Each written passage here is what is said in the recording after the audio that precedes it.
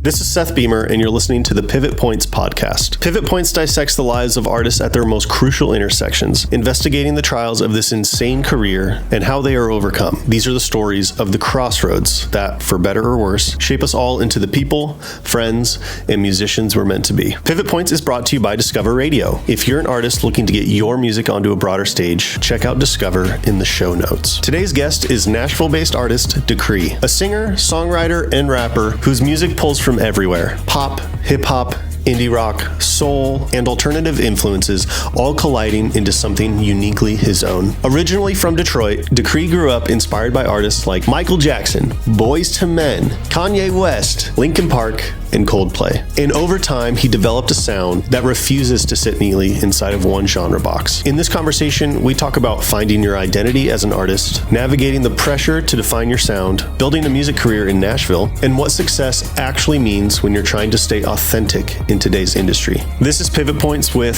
DaChri. Dude, thank you for being here. Thank you for having me. Yeah, man. So maybe we should start by just saying how we met. How did we meet? How did we meet? Was it TikTok?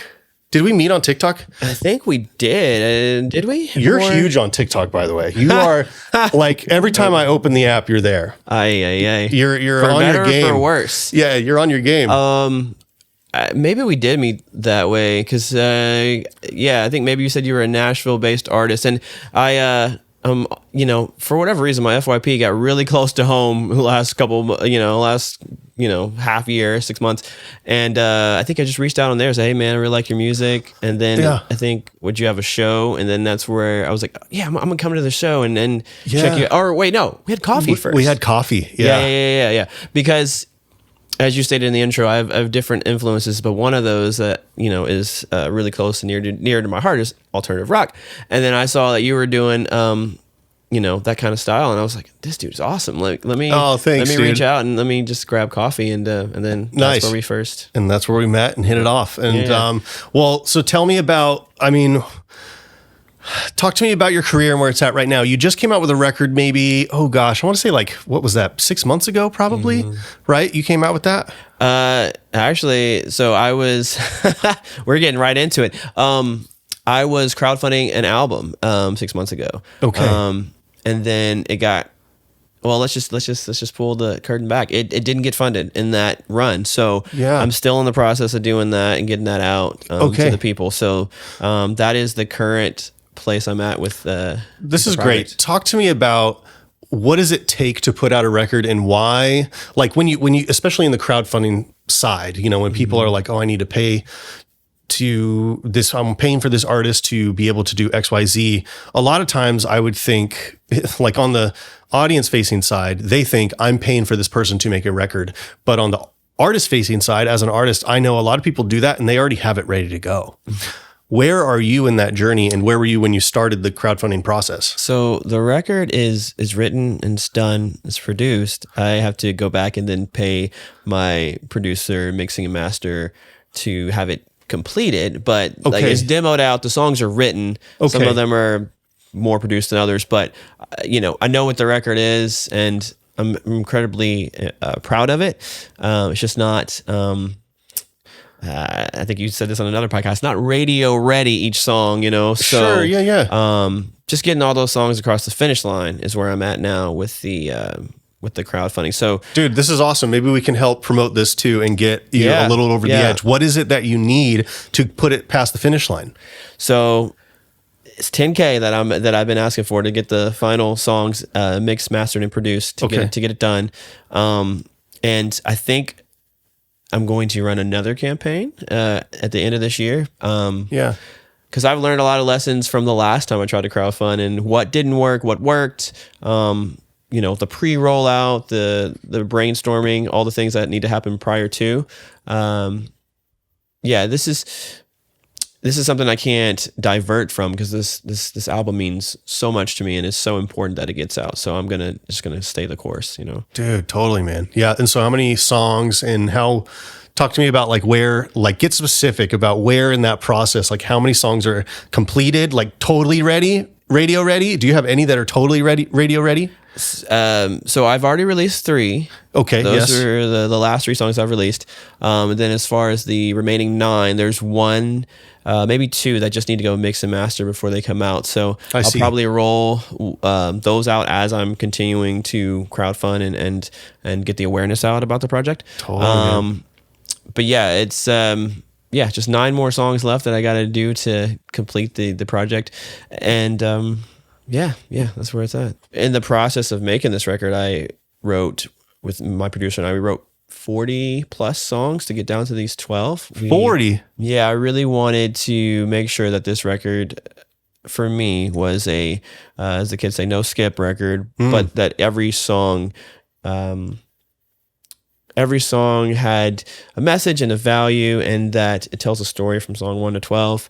So, we were really, really hard on the process as far as like, this song isn't good enough, or this song has potential. Let's try to do a second write on the same song, just to get the best product ever. I'm a big fan of, and you might be too, a big fan of albums. And I know we're in a single culture, which is, it's tough because it's like my artistic brain doesn't work like that.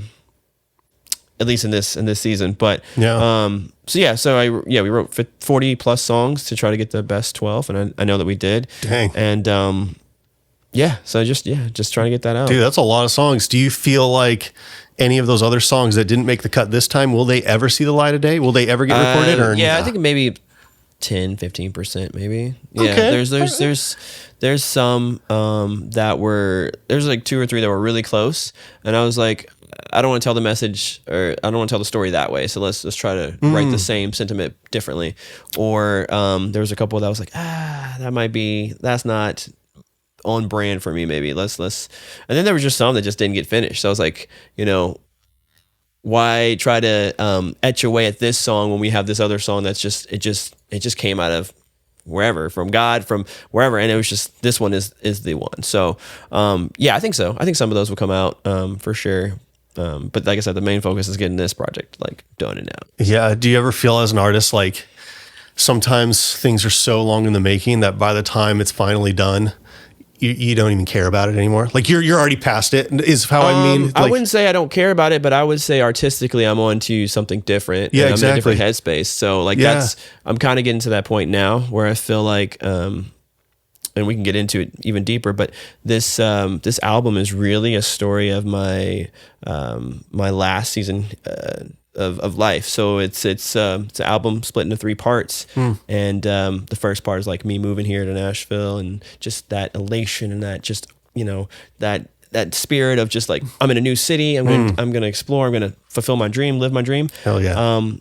And find love, and then and that second section of the album is about dealing with the heartbreak of losing love and not having things work out the way you want them to work out. So like I went through a divorce in my personal life, and that is a lot of what the second section's about. And then the third section's about finding hope after you've lost the love of your life, you've lost some friends, you've had disappointments in your career, and just about finding hope again. So when I was trying to write this album, I needed specific songs for each section. So that's why some of them didn't make it, just because it's like, okay, I already have enough songs for this section, and these I think are the best. Cool. Would have been 4.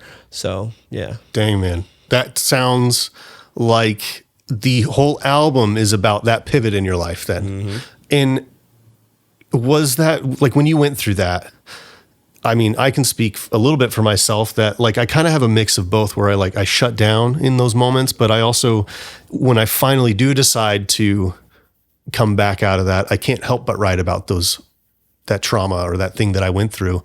And how was that for you? Did you instantly, like, did you take a break from music? Did you instantly start writing this record? Like, how quickly did this all come together for you? It was crazy because I was doing a lot at the same time. So I was releasing songs. Even while you're going through that? I was releasing songs while I was going through this, and I was releasing songs. I feel like, to answer your other question, I feel like as an artist, for me anyway, I'm always ahead of what is being released. So like mentally, even now, writing new songs for something else, and I'm just like, I still have to get this album out and get back into that emotion and state of mind to do like content or whatever.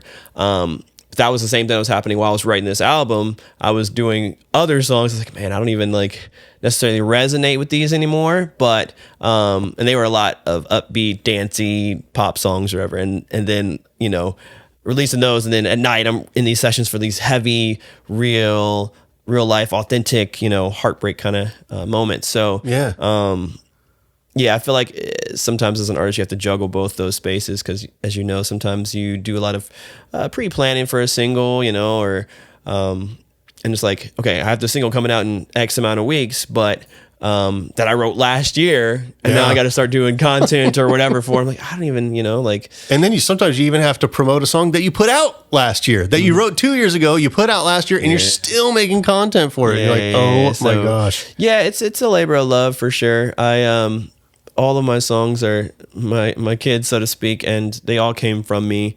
I think I also have had to be careful about putting out songs that don't align with me artistically, that don't align with me integrally. Well, how so?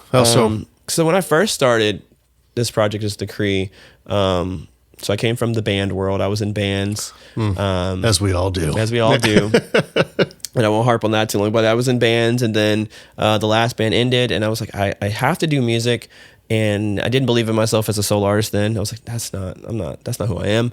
So I was like, let me just get into songwriting, and I was writing with a bunch of people for pitch, for sync, and with hopes to give to other artists and all these things. And I even wrote with other artists for their projects. And cool. Here in Nashville? Here in Nashville. And then I had a handful of songs that were really cool. It was, you know, probably like 20 plus, 20, 30.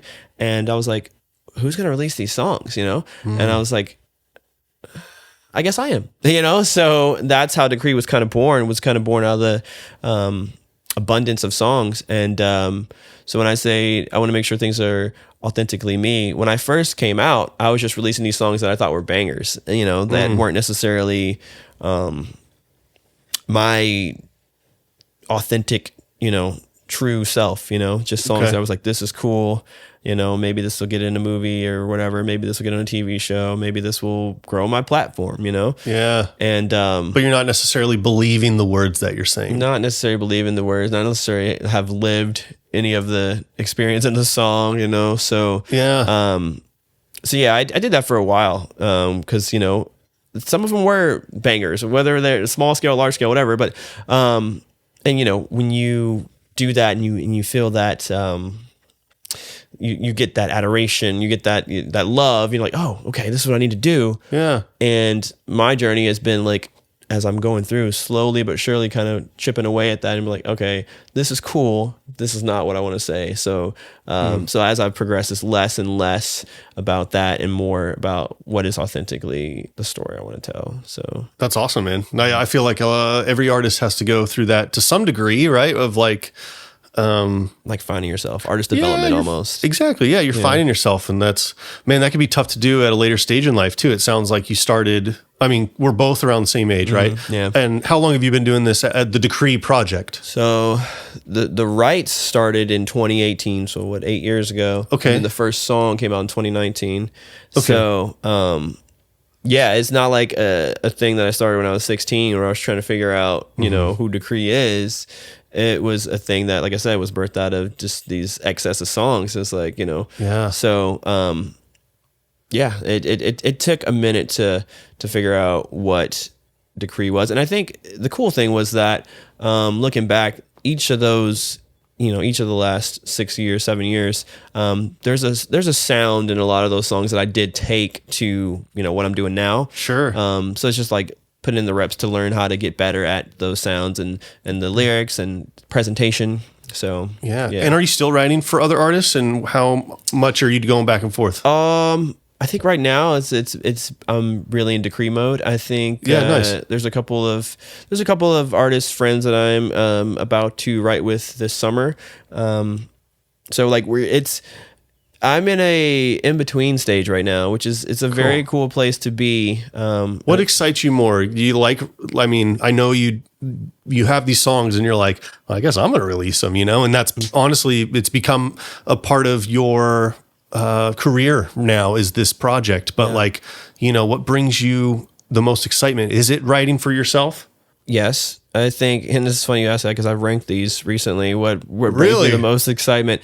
I think writing for myself is the number one still. I love going into a session with, sometimes nothing and coming out with an amazing song. Sometimes there's pre-work, a demo idea or whatever you come in with. Sure. And you come out with a song. But that's my favorite thing. Second is performing. Okay. You got to see me perform a little bit at the last show. I love the connection, like live, and it's really cool because some songs work live that didn't actually do well streaming wise or whatever, and vice versa. Other songs like top streaming, like, oh, this is gonna, and it doesn't. So it's like really kind of a different part of the brain figuring out which ones will work live and how to maybe even remix them, how to change them up for the show versus the recorded version. So that's the second thing. Believe it or not, actually content for songs has shot up there. That might be third now. Oh, just cool. No, I take that back. That's fourth. Okay. Third would probably be prepping for songs, like figuring out artwork, figuring out how to do rollouts,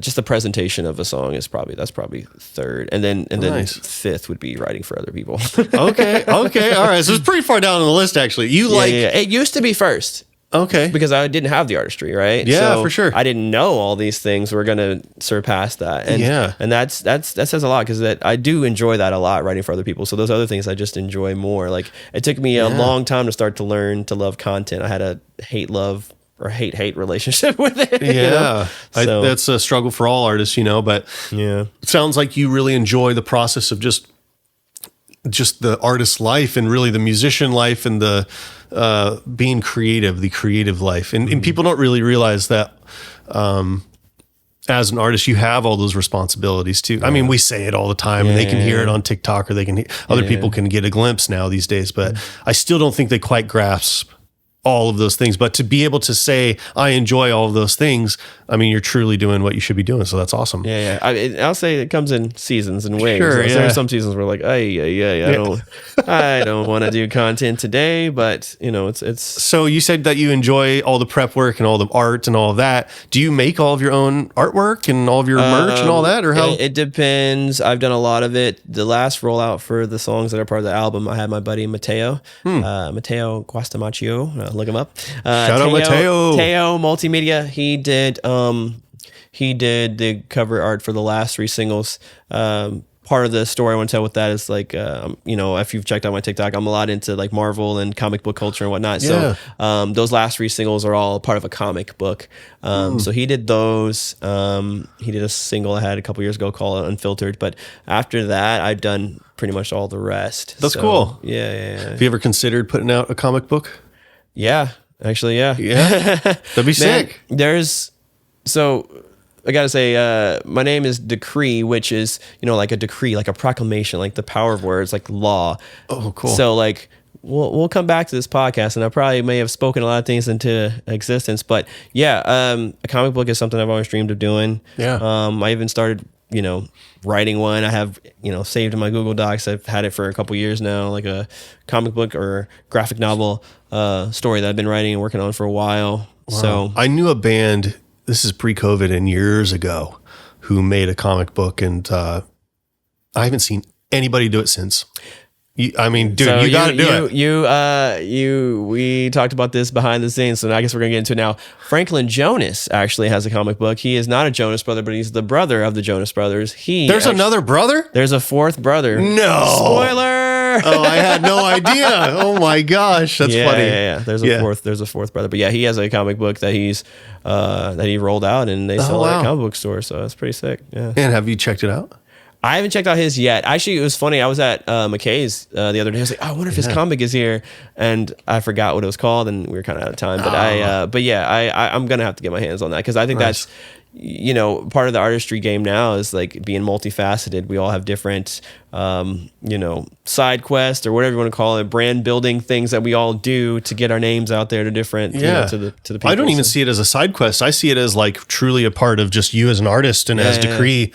I mean, you could be selling that at your merch table, and it's like, or maybe that's a part of your next record, is your next project, is it's all combined into this one thing, or in your record you open it up and then you fold. I'm riffing. I'm artsy riffing. I don't know with if you're familiar with May, the band May, but they love May. Yeah, they did that with the Everglow. They had that booklet that you'd follow along with. For the song. So yep. Yeah, I that is a dream of mine, to have a comic book and to do the whole nine, and to just create, because I feel like when I'm truly in my bag of doing the music that I want to do, I'm DaChri 2.0. I'm telling you things that I wouldn't even tell you in conversation, but I'm going to put them in a song for you and tell you my, real raw emotions. But if I'm doing something like a comic book, or I've also wanted to get into acting, it's like I can create a different character. I don't have to be me per se. I can do something else and story tell that way. And that's kind of, that's my end game, I think, is where I want to, that's the direction I want to go into. After, I wouldn't say that's after music, but long term, I want to do. Well, music's a forever thing, and sometimes we have other interests too. And I mean, acting sounds cool. Yeah. Have you done that before? Just like my music videos, and I signed up for one of those companies where they send you like extra calls and all these things, and I've tried to go to a couple, but it just didn't work out. But trust me, it's on my radar. I have a friend that runs, or he like leads one of the community theater groups out here, Washington, Lebanon, and we've talked about me coming out to audition for some stuff. So dude, you got to do it. Yeah, that sounds so fun. I really like. I kind of grew up as a kind of like a shy, introverted, person, and I don't know when it switched, but I feel like there's so much more that I want to do, and I just I don't know. When did it switch? I mean, dang, dude. So when did you even get into music? We should maybe talk about that, and how did you get your start? Quick pause here. If you're an artist listening to this and thinking about how to get your music in front of more people, I want to talk to you about Discovr Radio. Discovr is a platform built to help independent artists get their music onto mainstream radio. It's a real opportunity to move beyond just socials and playlists and put your music into a space where people are actively listening. If you're serious about growing your audience and seeing where your music can go, take a look at discoverradio.com. That's Discovr without the E, radio.com. All right, let's get back into it. I think just in high school, like I said, I was shy and quiet and kind of just probably not super unique to most people, but like most people, I felt like I didn't fit in. So like I find myself in like junior year of high school, just like in the library or whatever, just kind of like writing poetry. That's where it started. Just writing lyrics, just kind of just journaling. And then back then I was like in school choir, school band, and all that. So I've always had a love for music. But as far as me wanting to be a performer, I think that really started when I moved I grew up in Detroit, like you said, and then sophomore year of college, I moved to Oklahoma. Oh, cool. And that's where it really started. So I like moved there because my folks had moved there. I was like, I'll just go with you guys. I was kind of ready to get out of Detroit anyway. Yeah. And I didn't go to school that year. I was just like, let me just get a job and work. And I was I was living with them, so they weren't charging me rent. Shout out to my parents. Yeah, and then, I know that life. Yeah. Yeah. And then I used all my money from my job to start going to the studios. And I would go to studios and work with different producers and writers and just create music. And that's where it started. How'd you find these producers? It was probably like Facebook or something back then. I know. I was going to say, this is like It might have been Craigslist, honestly, bro. Yeah. Oh, yeah? Yeah. Dang, that's awesome. Shout out to Craigslist. I've met a lot of good people on Craigslist, and I didn't die. They didn't die. Everybody's good. Yeah. Like, people think Craigslist is sketchy, but Craigslist is awesome. That was a thing back then, though. This is pre, like, Instagram, really. Yeah. And pre, like, all the, how people really communicate these days. And, man, I remember people making bands on Craigslist. I did that, too. Yeah. That just doesn't happen anymore. Yeah, no, it's probably like super, super weird people on there now, which it probably was then too. But no, anyway. But so you found these guys maybe on Craigslist or whatever, but you find these producers and you're just like, I want to go make stuff with them. What are you making with them? Like your songs or? So I couldn't really play back then. So sometimes I would just hum or sing a guitar line, and then the guy would work on it for me, and then we'd write a song then and there in like a 3-hour session. Wow. And back then it was MySpace, and I put up a couple songs as David Christopher, which is where DaChri comes from.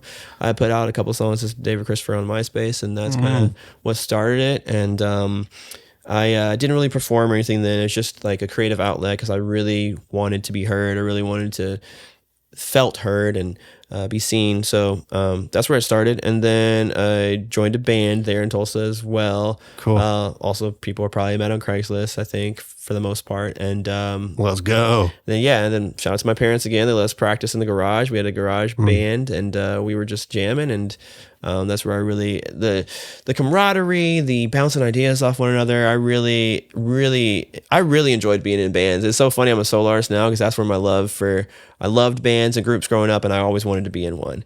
And then got out other plans, but that's where it started. Was there, and then I don't think I started performing until I moved out here. Oh, okay. So, nice. I was just in bands there for forever. We just wanted to get everything perfect before we played, and we were perfecting things for 2-3 years, and we never played. I'm like, guys, we should be playing by now. Yeah, we got to get out there in the scene, man. I played a couple times by myself. I don't know how that even happened while I was working with them, but I played a couple times by myself. Oh, cool. Yeah. It's funny. I've heard from multiple artists that Tulsa and like Oklahoma might be like the next kind of music town or next music state. There's so many people out there that are so talented. I think it was Ryan Tedder was saying one time on a podcast that he was in a writer's room with a lot of successful writers, and a lot of them had come from Tulsa. Really? He was claiming it's just because there's not much to do out there, so people get creative. But I just think there's a lot of cool creative people out there, Yeah. So, yeah. I don't know if that's true. There's a lot of boring places out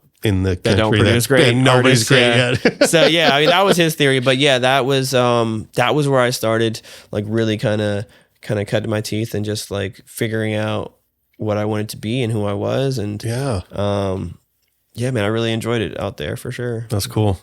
Yeah, and I feel like part of the solo artist thing is it's just I love being in bands too, man. I love that the camaraderie and the feeling of that. But now as I've gotten older, I've also realized maybe this is just out of the nature of being the age we are in the stage of life, but like it's just easier just to do the solo thing. I mean, for definitely the latter bands I was in, I was doing the songwriting, I was paying for the rehearsal spaces and the merch and all the things. And it became taxing after a while when, I think in a good band, most of the people are moving at the same pace, or at least on one accord with a plan. Yeah. And I think that just kind of got hard for me when I realized that I was in a different stage in life than like some of the guys are like how old we are now, and then I was like early 20s at this point. I'm like, was I living at home?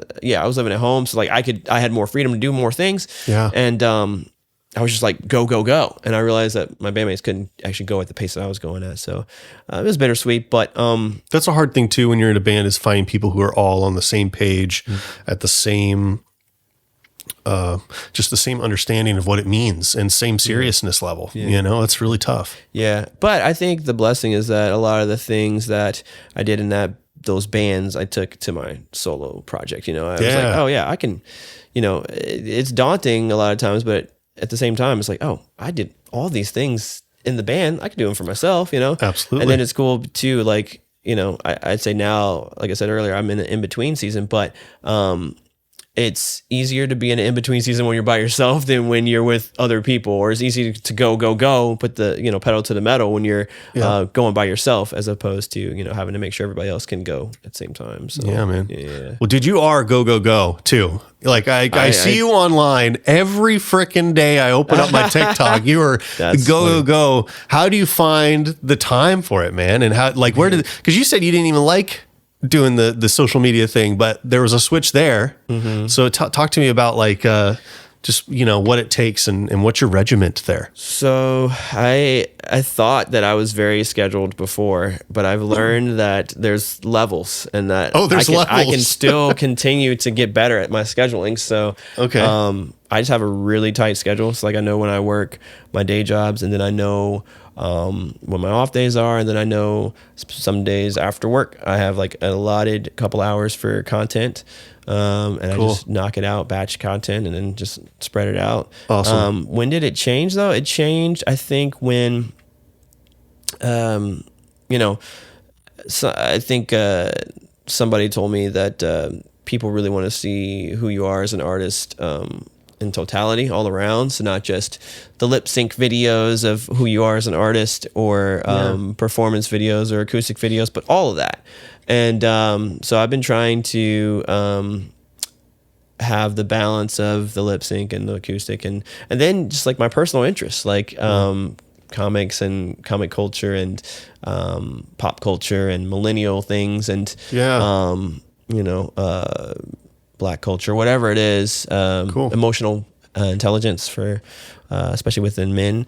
So yeah, I have like prompts that I've written out, and then just are your ideas just constantly flowing?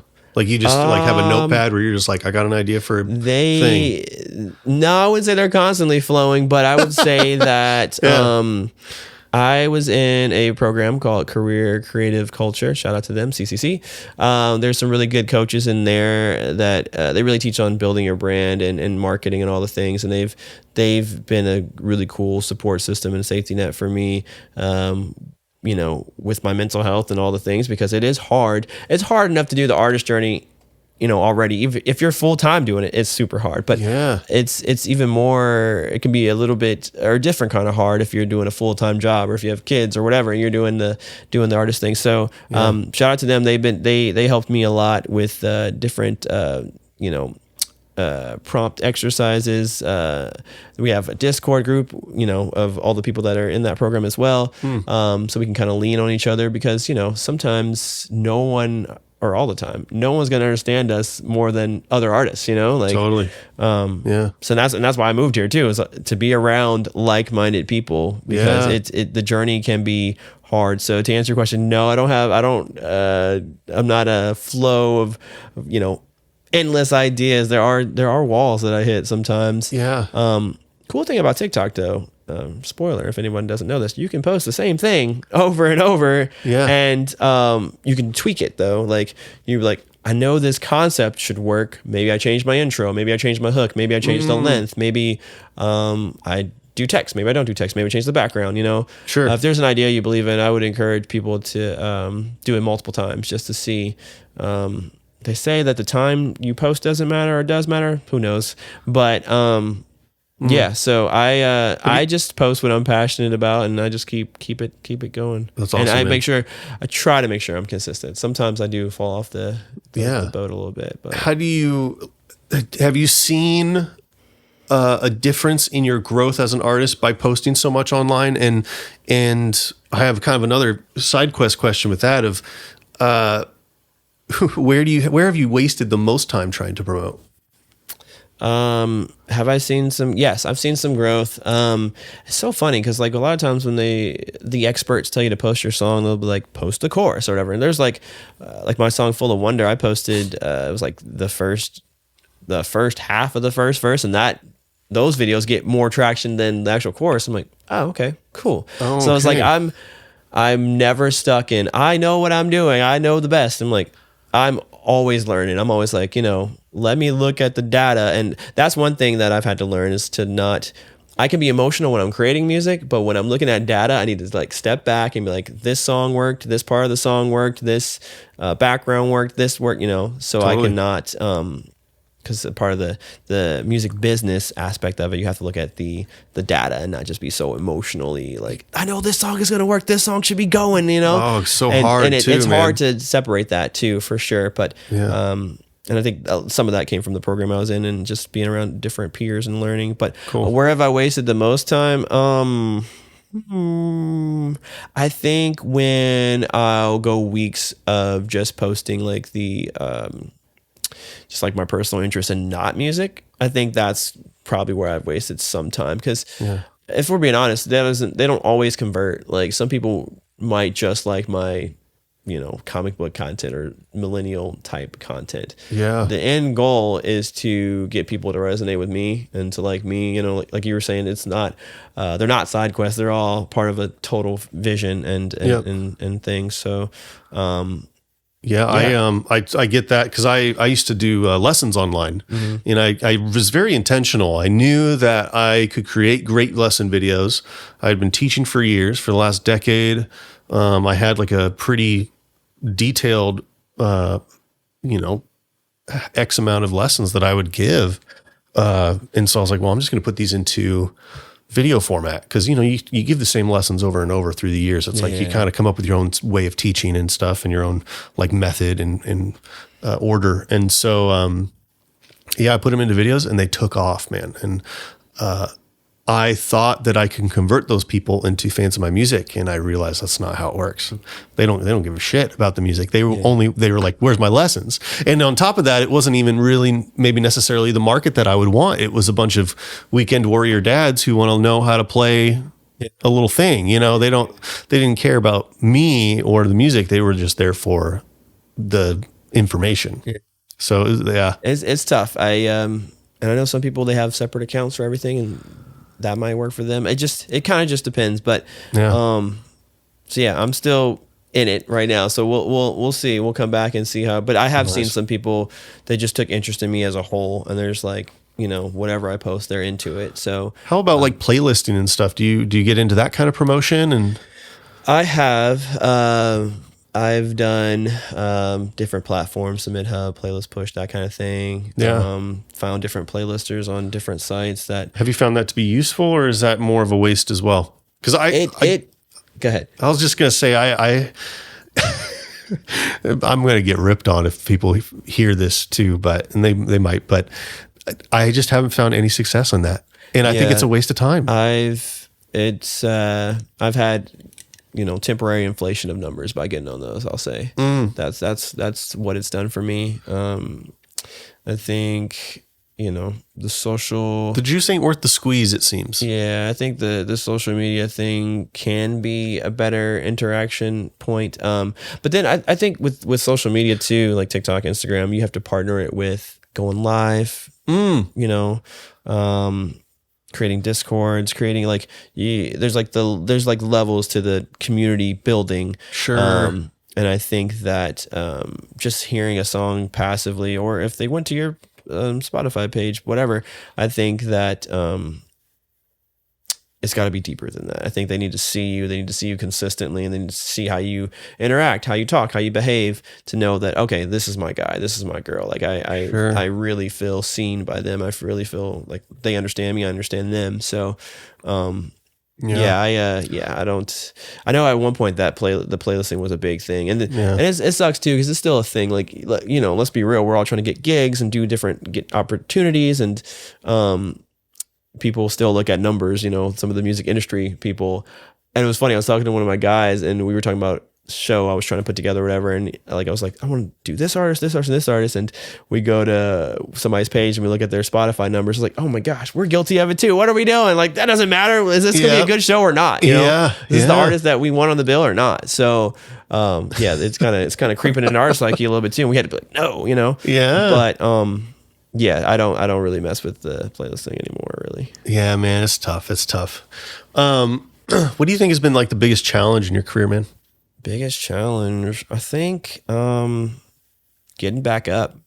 I think whether it be like after the band's ended and I decided to go solo, or and honestly, dude, when I started this album that we're working on, I told my producer, my guy, I was like, this is it, I'm done, I'm not gonna do anything after this, but I want to go out with a bang. I want this to be my final project. Wow. And fast forward a couple years, even though the project's still not out, I know that I don't want to finish. I know that I don't want to be done. I was like, it's awesome, because I not only did I find my guy, my producer and co-writer, shout out to Cole Tag, but I have kind of been I would say reborn in a way. Like I've kind of, come back and just, found that fire again and found a reason to push forward. And I think right now I'm chasing authenticity as best I can. That's awesome, man. There was definitely a point where I wanted to be like well off and, signed to whatever and, doing the biggest tours and stages and all the things. And then I'm a big John Bellion guy. Are you love John Bellion. Yeah, and that new record, baby. So good. Yeah. I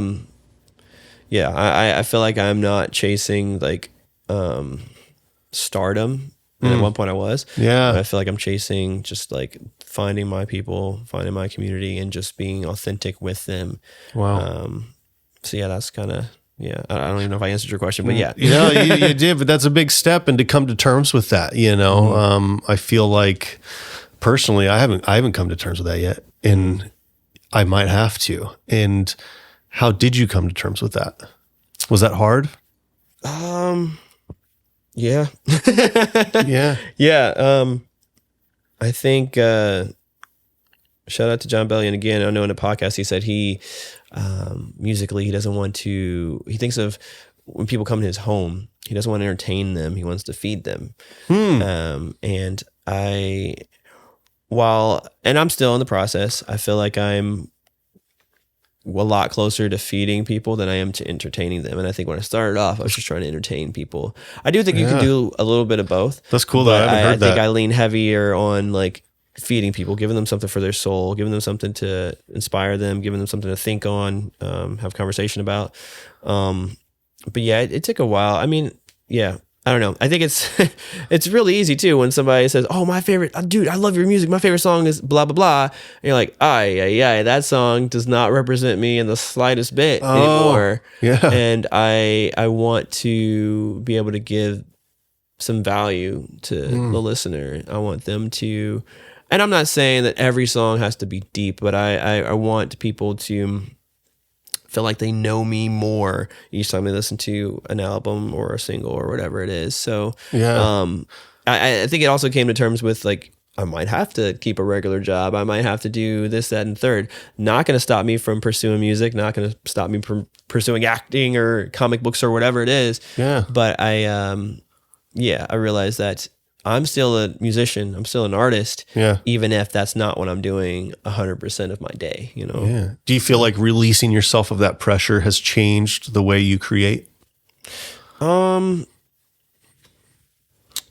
Yeah. I mean, it's changed the songwriting for sure. Like I'm like I said, just trying to be authentic in the songwriting, and it doesn't mean I'm not like still trying to get like a really nice hook, or really pretty hook, or really pop hook or whatever. Sure. But I think that not every song that's written is released. So, there might be a song that I write that's like, I kind of went back to whatever, like starry-eyed, big song or whatever. I'm like, maybe that's a pitch song. Maybe that's a give it to this person type song. Is that DaChri? Is that who I am? Is that what I want to say? Gotcha. So it's like, they might still come out like of me when I'm creating, but they might not, they won't come out to the world unless they actually represent who I am and what I'm doing. Yeah. And like I said, I'm still going through this process. This is like, this is a new kind of phase. That's awesome, man. So, yeah. Well, post record, we're going to get this, dude. We're going to get this get record done. Yeah. We're going to get it out. We're going to crowdfund this shit. Mm-hmm. What happens after that? What happens? So I'm going to, like I said, DaChri, we're speaking into existence, and hopefully we can come back to this podcast like, man, he said it there and it happened. Yeah. So I've been brainstorming, and I've been doing some preliminary work on a follow-up record to this one. Cool. I really want to do like it doesn't have a title yet, but like basically my version of Beautiful Letdown, Switchfoot.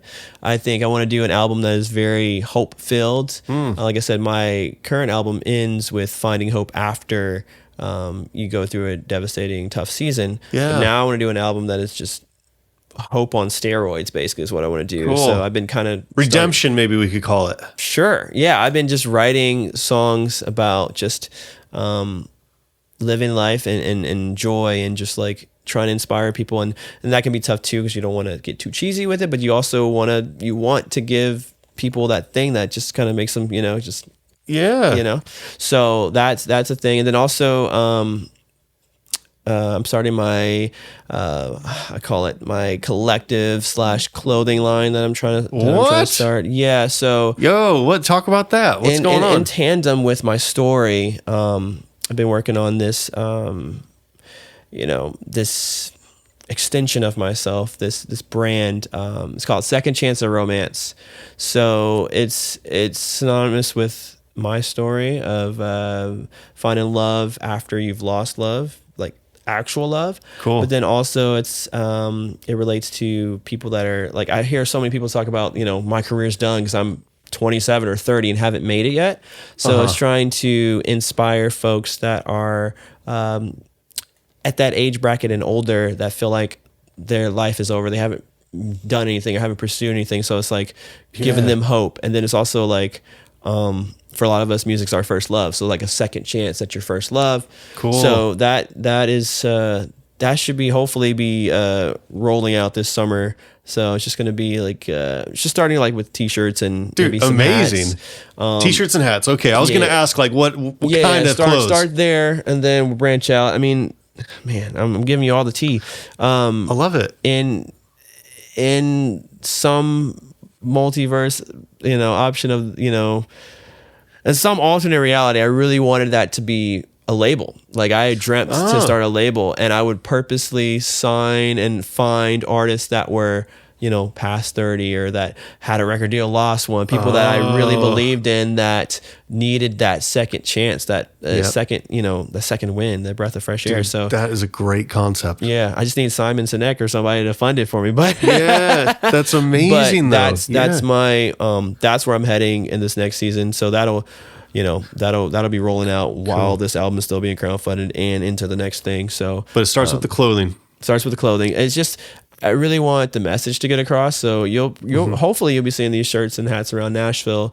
And I want people to just feel inspired, and whether you're, under 30 or you're not pursuing music, the idea is that when you're in a season when you feel like life is over, you feel like you're done and that you can't get back up. That's what the whole brand is going to be about. It's about getting back up. Sometimes we do have to take seasons of rest. We do have to recalibrate and then just look at what happened, but that's what the whole thing is about. That is so cool, man. Yeah. I need a t-shirt. All right. Let's do it. That is coming soon. I mean, that is just like what a great idea and fresh and unique, man. Like no one else is doing that. That's awesome. Yeah. So, appreciate you, man. Is there anything else that you want to talk about or promote or, I'm passionate about Music City as a whole, not just one genre of Music City. I love that there's a pop scene, there's an alt rock scene, there's a singer-songwriter scene, there's even a hip hop scene.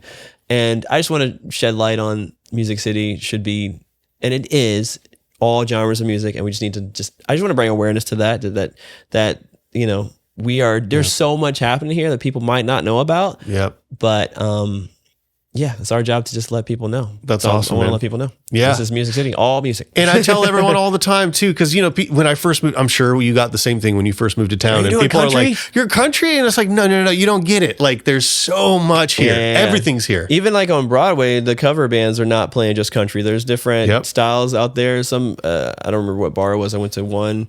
I don't go to these often, but I went to one and there was 3 floors and each floor was playing a different genre, and I was like, oh, this is cool. Yeah. But I will say our genre in particular, like the alt radio kind of vibe, is blowing up here right now, which is awesome. It's just awesome. I just want to just shed light that Music City is really the music in general, or all genres, is really, it's happening here. Like people just don't know about it, and I want people to know more about it. And this might be taboo, but they'd say we're full, don't move here. Like Nashville's full. We're not full. Come on, guys. Yeah. I love it because like I said, like-minded people. There's always something creative happening. There's always different things. When I was looking to move here, when I came on a trip and I spent a weekend with a friend, and he, good friend, and he let me take his van out and kind of bop around the city just by myself for a day. And everywhere I would go, like if I went into a store, I would tell the clerk, yeah, I'm looking to move here if I was talking with somebody or whatever. There's a couple of stores in particular in my head when I think about that. East Side Music Supply was one of them, but I was talking with them and they're great. Yeah. But I would tell people, yeah, I'm thinking of moving here, blah, blah, blah. And everyone was like, yes, come and do it. Come on. Yeah. And I just thought, like, what a cool energy.